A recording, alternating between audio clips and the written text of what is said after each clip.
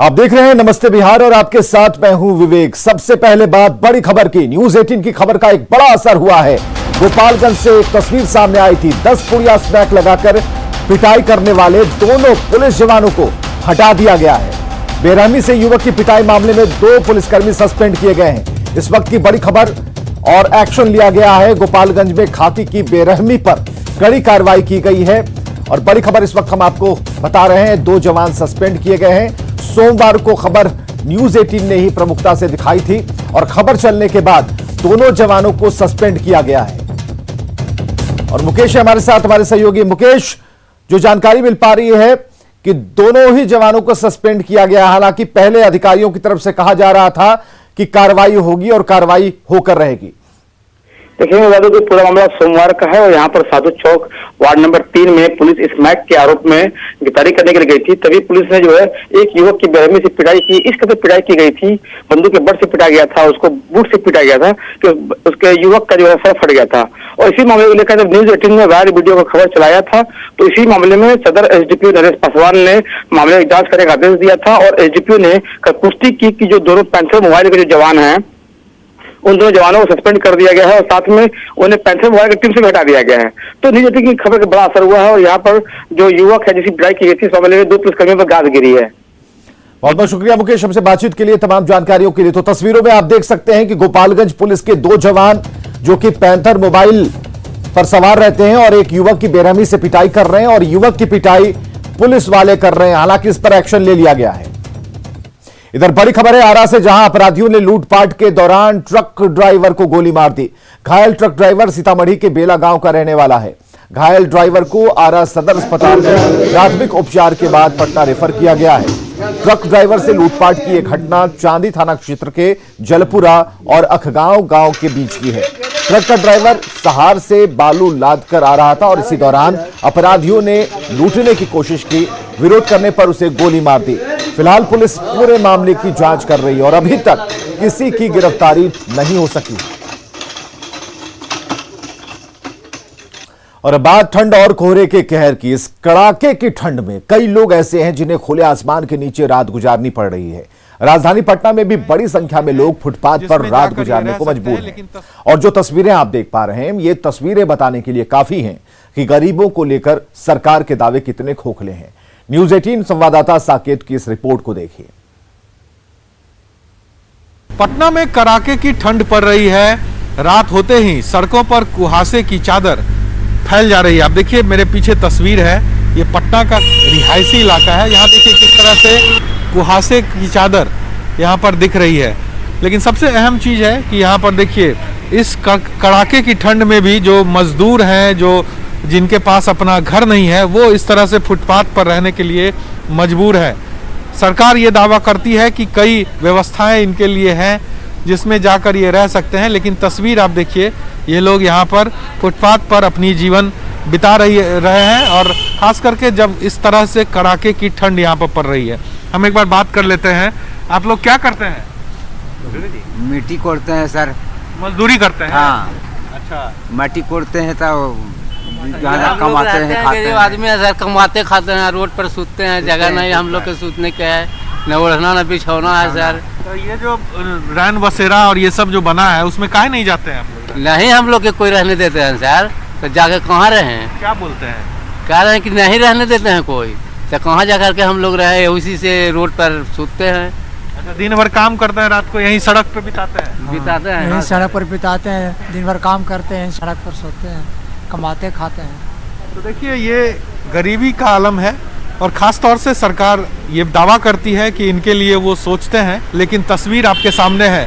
इस कड़ाके की ठंड में जहां लोग कंबल और रजाई के अंदर घुसे हुए रहते हैं, हीटर घर में जलता है, लेकिन यहाँ पर देखिए ये गरीबी की मार है जो कि ठंड के दिन में भी इन्हें इस फुटपाथ पर जीने के लिए मजबूर कर रहा है। कैमरापर्सन सुबोध के साथ साकेत कुमार, न्यूज 18 पटना। और कुछ ऐसा ही हाल है जमुई में, जहां सर्दी का सितम जारी है। कनकनी और शीतलहर से लोग परेशान हैं। बस स्टैंड में अलाव की व्यवस्था की गई है, लेकिन ठंड को देखते हुए अलाव की लकड़ियां कम पड़ रही हैं। ठंड से परेशानी का जायजा लिया हमारे सहयोगी केसी कुंदन। ठंड और शीतलहर का असर जमुई में आज भी है और हम खड़े हैं अभी बस स्टैंड पे, जहाँ पर भीड़ सुबह से ही लग जाती है। देखा जाए तो यहाँ से बस खुल रही है और बस खुलने के लिए जो यात्री हैं, चूँकि इस समय ट्रेनें नहीं चल रही हैं, तो वैसी स्थिति में बस ही सहारा है लोगों का और लोग जाते हैं। लेकिन जो बस स्टैंड है वहाँ पर अलाव की व्यवस्था होनी चाहिए थी, भरपूर अलाव की व्यवस्था होनी चाहिए थी, लेकिन अलाव की ऐसी व्यवस्था नहीं है। देख सकते हैं कि यहाँ पर अलाव है, एक जल रहा है, किसी तरह से एक फिर लकड़ी लगाया गया है, लेकिन ये अलाव काफ़ी नहीं है। यहाँ पर लकड़ी की और व्यवस्था चाहिए था। यह यहाँ पर थे, वो यहाँ आइए, यहाँ पर थे। कितना देर से है आप? कितना देर से है? 10-15 मिनट से। जी हम लोग रात भर से बैठे हुए हैं सर। अरे एक बात बताइए, आप लोग रात भर जी क्या व्यवस्था है ठंड से? यहाँ के ठंड से बचने का कोई व्यवस्था नहीं है सर, कोई व्यवस्था नहीं। आने जाने वाले लोग यहाँ पर देख रहे हैं कि बहुत देर से बैठे हुए हैं जी बस स्टैंड में। जी किसी तरह से जोड़ के इसको ताप रहे हैं हम लोग ठंडा से बचने के लिए। तो इसे तो होना चाहिए यहाँ पर। जी जी, लेकिन कोई व्यवस्था नहीं है सर। ये बस स्टैंड में काम करने वाले हैं, देखिए इनके पास टिकट है और वो यात्रियों को टिकट देते हैं। इनका कहना है कि यहाँ पर मैं रहता हूँ हमेशा, लेकिन यहाँ पर व्यवस्था नहीं है। ये बहुत सारे ये लोग हैं। अच्छा, आप लोग यहाँ पर खड़े हैं, क्या बात है, क्यों खड़े हैं? ये ठंडी के मौसम से आग को ताप रहे हैं सर। जी ठंड से जी परेशानी है? परेशानी है ना सर। ये यात्री हैं और जो थोड़ा सा बहुत जल रहा है जो अलाव, उस अलाव के पास खड़े होकर ठंड से बचने की कोशिश कर रहे हैं लोग। बहुत सारे यात्री हैं जो भी आते हैं, यहाँ पर जलता हुआ अलाव है, लेकिन ये लोगों का कहना है कि यहाँ पर अलाव और होना चाहिए, लकड़ी का इंतज़ाम और होना चाहिए ताकि लोगों को राहत मिले। 24 घंटा यहाँ लोग आते जाते हैं। ऐसी स्थिति में जिला प्रशासन और नगर परिषद को चाहिए कि यहाँ पर लकड़ी की और इंतज़ाम करे ताकि इन लोगों को ठंड से बचने की में सहूलियत हो। केसी कुंदन, न्यूज़ 18 जमुई। कोहरे और ठंड का असर पान की खेती पर पड़ा है। कोहरे के कारण खगड़िया में पान की फसल बर्बाद हो गई है और यहां के पान किसानों ने सरकार से मदद की गुहार लगाई है। किसानों का क्या कहना है? लॉकडाउन के कारण पहले से ही रोजगार मंदा था और ठंड ने उनकी उम्मीदों पर पानी फेरा है। यहां के किसानों से बातचीत की हमारे सहयोगी दिग्विजय ने। घने कुहासे और पछुआ हवा ने जहां लोगों को काफी मुसीबत में डाली हुई है, वहीं पान व्यवसाय से जुड़े हुए जो लोग हैं उनको भी काफ़ी इस ठंड से परेशानी हो रही है। ये हम आपको खगड़िया के मथुरापुर में पहुंचे हुए हैं, जहां पर आप देख सकते हैं कि पान की खेती होती है यहाँ पर, लेकिन जो पान से जुड़े हुए जो किसान हैं उनको ये सर्द हवा, पछुआ हवा और जो कुहासा शीतलहरी एक तरह से कहे तो ये पूरा परेशानी का सबब इनके लिए बना हुआ है। जो पान के पत्ते हैं वो धीरे धीरे पीले पड़ते हुए जा रहा है, जिसके कारण धीरे धीरे पान सर करके नीचे गिरने लगता है। तो ये पान से जो जुड़े लोग हैं जो इसकी खेती करते हैं उनकी परेशानी धीरे धीरे बढ़ते जा रही है। ठंड के कारण सब खत्म हो रहा है, पला गिर रहा है, कुहसा जितना पान पर कुहसा है सब खत्म। फाँक में तो चारों बगल से आ रहा है कुहसा, ये पान बचेगा? कमजोर चीज़ है, सब पूंजी लगा दिए इसमें, खत्म। पान का बिक्री है ना, लॉकडाउन में कुछ ये सब पान बहुत अभी बिक जाता है। अभी लॉकडाउन में खत्म किया है सरकार, कुछ हमको लोग के सीधे नहीं चला। नीतीश मुख्यमंत्री भी कह के गया था गौछारी से कि आपको पान के जो क्षति होगा मिलेगा, जाते हैं कहता है नहीं कुछ नहीं होगा। सब लिख के देते हैं वसील में, कृषि विभाग में कोई सुनवाई पान के लिए नहीं देता है। ऐसे में समझा जा सकता है कि खगड़िया का जो ये पान व्यवसाय से जुड़े लोग हैं उनको दोहरी मार पड़ी है। लॉकडाउन ने पहले ही इनकी कमर तोड़ दी थी, अब मौसम ने भी इनको काफी परेशान कर रखा है। दिग्विजय कुमार, न्यूज़ 18 खगड़िया।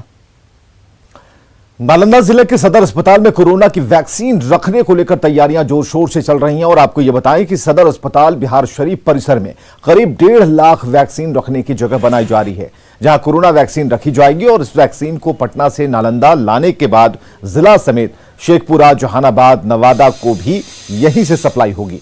तैयारियों का जायजा लिया अभिषेक कुमार ने। कोरोना को लेकर यहाँ वैक्सीन रखने के लिए तैयारियां चल रही है। यहाँ भी बता सकते हैं शीत श्रृंखला गृह में है, जहाँ पर ये जो वैक्सीन रखने, कोरोना जो वैक्सीन रखने के लिए है उसका भी निर्माण कराया जा रहा है। और यहाँ जिस प्रकार से जो कोरोना का जो टेम्परेचर है उसका भी दिखा दें कि यहाँ जो है जो अभी 3 दिखाया जा रहा है, लगभग इसका माइनस में रहने का 2 डिग्री है। हाँ, 2 से 8 डिग्री तक इसका कोरोना वैक्सीन रखा जाएगा। यहाँ पर कुछ मौजूद है, यहाँ पर ये बताइए तो क्या कैसे रखा जाता है, इसको खोल के बता सकते हैं, थोड़ा दिखा सकते हैं? ये WIC है, WIC मशीन इसमें है, इसमें कैपेसिटी 1.5 लाख का वैक्सीन रखने का है। ये वैक्सीन 2 से 8 डिग्री टेम्परेचर पर रहता है, इसका कैपेसिटी 1.5 लाख का है। यहाँ से 3 डिस्ट्रिक्ट वैक्सीन आपूर्ति की जाती है। ये नालंदा है, जिस नालंदा हो गया जहानाबाद, शेखपुरा और नवादा। हाँ, ये यहाँ पर है हमारे DIU जो। ये बताइए कि यहाँ किस तरह से वैक्सीन रखा जाएगा, क्या आपका? अभी यहाँ वैक्सीन रखा जाता है, RI के लिए रखा जाता है, जो रूटीन वैक्सीन के काम आता है। और इसी के तर्ज पर दूसरा WIF हम लोग बनवा रहे हैं। ये WIC है, जिसका बताया आपको कि 1.5 लाख कैपेसिटी, 1.5 लाख वैक्सीन रखने की कैपेसिटी है। इसी के तर्ज पर दूसरा हम लोग बनवा रहे हैं WIF, जिसमें कोरोना वैक्सीन रखा जाएगा। इसकी कैपेसिटी 1.5 लाख की होगी। यहाँ कहाँ आपूर्ति किया जाएगा? यहाँ का आपूर्ति करने की, एक तो नालंदा जिला जहाँ रखा है वहाँ पर आपूर्ति होगी, दूसरा है जहानाबाद डिस्ट्रिक्ट, तीसरा शेखपुरा, चौथा नवादा। कितना है मात्रा, कितना है? मात्रा 1.5 लाख वैक्सीन का कैपेसिटी है। तो इनका क्या नाम होगा? मेरा नाम डॉक्टर अरुण कुमार सिन्हा है। तो इनका साफ कहना है कि यहाँ करीब 1.5 लाख रखने की कैपेसिटी है, और जो यहाँ से है नवादा, शेखपुरा और नालंदा, जहानाबाद, 4 जिला के यहीं से सप्लाई किया जाएगा कोरोना का जो वैक्सीन आएगी, और यहीं से सारे आपूर्ति भी की जाएगी। नालंदा से न्यूज़ 18 के लिए अभिषेक कुमार। इधर बिहार के दोनों डिप्टी सीएम तारकिशोर प्रसाद और रेणु देवी के दिल्ली दौरे का आज दूसरा दिन है। आज प्रधानमंत्री नरेंद्र मोदी से दोनों की मुलाकात होने वाली है। बिहार के विकास पर चर्चा होगी और कल तारकिशोर प्रसाद और रेणु देवी ने राष्ट्रपति भवन जाकर राष्ट्रपति रामनाथ कोविंद से मुलाकात की थी, बिहार के विकास के लिए मार्गदर्शन लिया था। वहीं कल शाम को गृह मंत्री अमित शाह से भी दोनों ने मुलाकात की थी।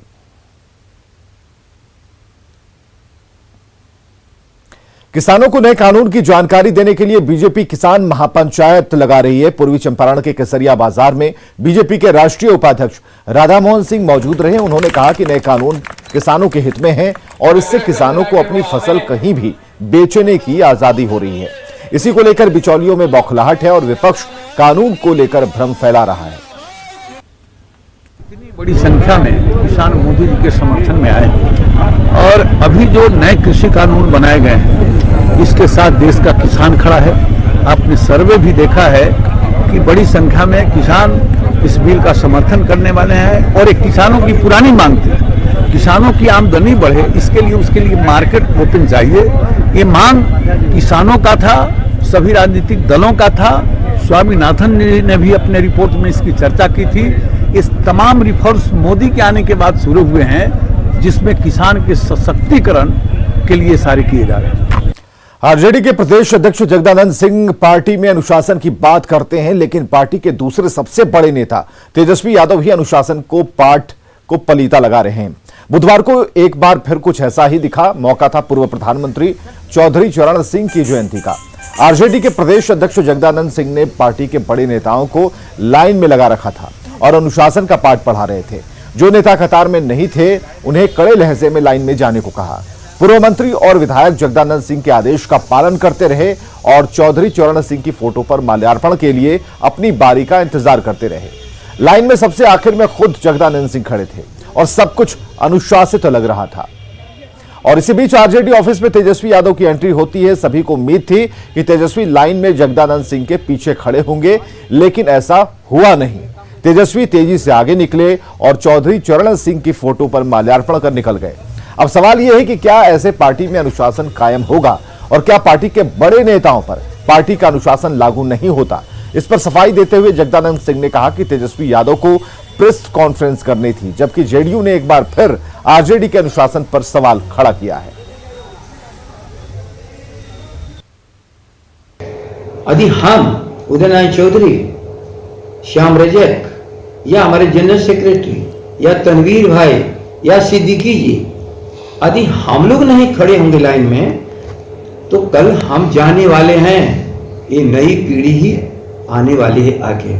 माननीय जगता बाबू का यह दावा कि लालू जी के सुपुत्र को भी अनुशासन के दायरे में रखेंगे, यह आपके बूते की बाहर की बात है।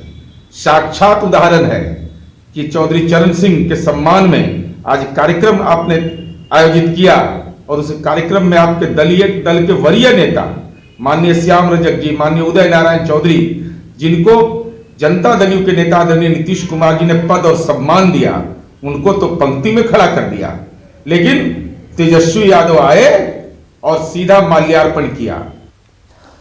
विधानसभा चुनाव जीतने के बाद तेज प्रताप यादव पहली बार अपने विधानसभा क्षेत्र हसनपुर पहुंचे। यहां भी उनका अलग अंदाज दिखा। मेदो चौक पर एक दुकान पर तेज प्रताप यादव ने खुद जलेबी बनाई, लोगों को खिलाया और इसके बाद वे क्रिकेट टूर्नामेंट में शामिल हुए, बल्लेबाजी भी की और लोगों का मनोरंजन किया। बाद में तेज प्रताप ने स्कूल और स्वास्थ्य केंद्रों का जायजा लिया। तेज प्रताप ने कहा कि वे सिर्फ विकास के बारे में बोलते नहीं, बल्कि उनका काम दिखता है।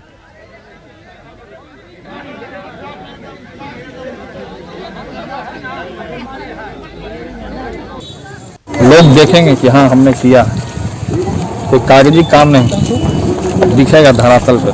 आप देख रहे हैं नमस्ते बिहार। बिहार के 9 मेडिकल कॉलेजों के जूनियर डॉक्टर्स की हड़ताल का आज दूसरा दिन है और जूनियर डॉक्टर्स कल सुबह 7 बजे से ही अनिश्चितकालीन हड़ताल पर हैं। जूनियर डॉक्टरों की हड़ताल की वजह से मरीजों की परेशानी बढ़ गई है।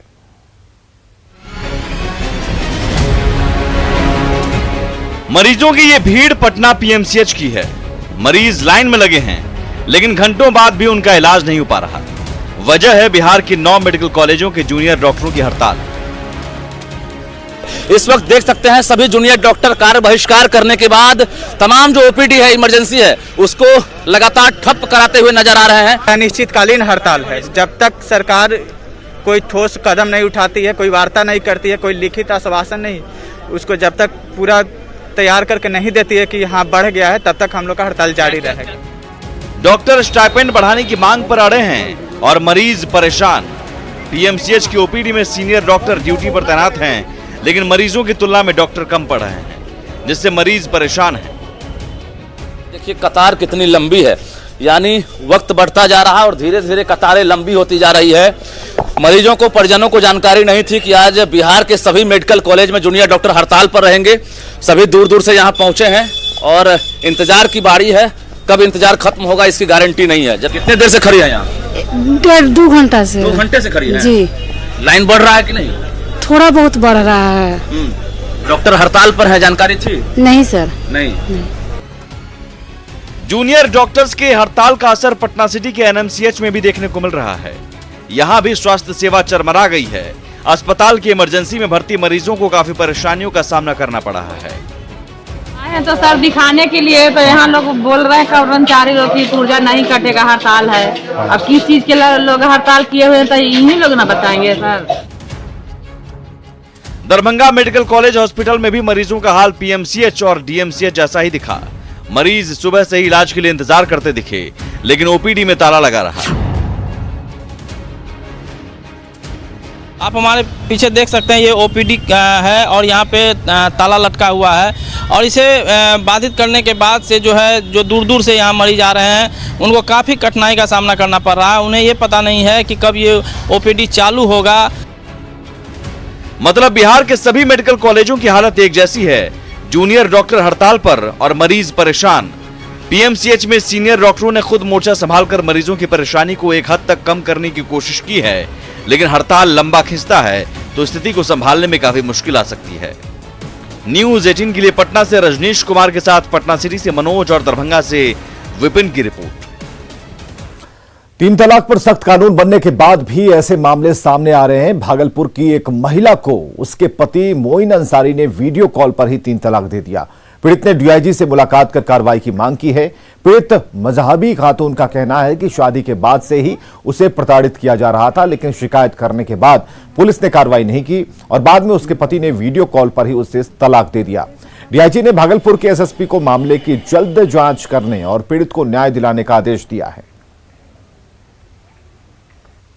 जितना सारा चीज वो डिमांड किए थे शादी करने के लिए, जितना इतना चीज चाहिए और अपने पसंद शादी करने के बावजूद वो मारपीट करता है और सामान के लिए प्रताड़ित किया जाता है। शादी के 1 हफ्ता के बाद वो जो है उसका माँ बाप और पति सब जो है दहेज के लिए प्रताड़ित करने लगे। क्रिसमस को लेकर पटना के बाजार सजे हुए हैं। सांता क्लॉज के मुखौटे से लेकर क्रिसमस ट्री तक की बिक्री हो रही है। राजधानी के बोरिंग रोड इलाके में सजे क्रिसमस बाजार का जायजा लिया साकेत कुमार ने। क्रिसमस को लेकर पटना का बाजार सज चुका है। देखिए बोरिंग रोड इलाके में अभी हम मौजूद है और यहाँ पर जो दुकानें हैं वो सजी हुई आपको दिख रही होगी क्रिसमस को लेकर। काफ़ी दुकानें यहाँ पर लगती हैं बोरिंग रोड चौराहे पे, और उसकी तस्वीर आप देखिए किस तरह से जो सेंटा क्लॉज के मुखौटे हैं उससे जुड़ी हुई जो चीज़ें हैं, सजावट की तमाम चीज़ें यहाँ पर, क्रिसमस ट्री भी आपको यहाँ पर दिखेगा, तरह तरह के अलग अलग वैरायटी के क्रिसमस ट्री यहाँ पर दिख रहे हैं। पिछले साल के अपेक्षा इस बार कुछ खास बाजार नहीं है, कम बिक्री हो रही है। वो कम बिक्री है, ग्राहक भी कम है, डिमांड भी कम है। तो आप लोग जो सामान लाए उस हिसाब से नहीं बिक रहा है पहले जो बिकता है? नहीं। जो दुकानदार हैं वो कह रहे हैं कि पिछले साल की तुलना में चूंकि कोरोना का काल चल रहा है तो ऐसे में खरीदार कम पहुंच रहे हैं। कैमरामैन सुबोध के साथ साकेत कुमार, न्यूज़ 18 पटना। और खबरें लगातार जारी हैं, बने रहिए हमारे साथ।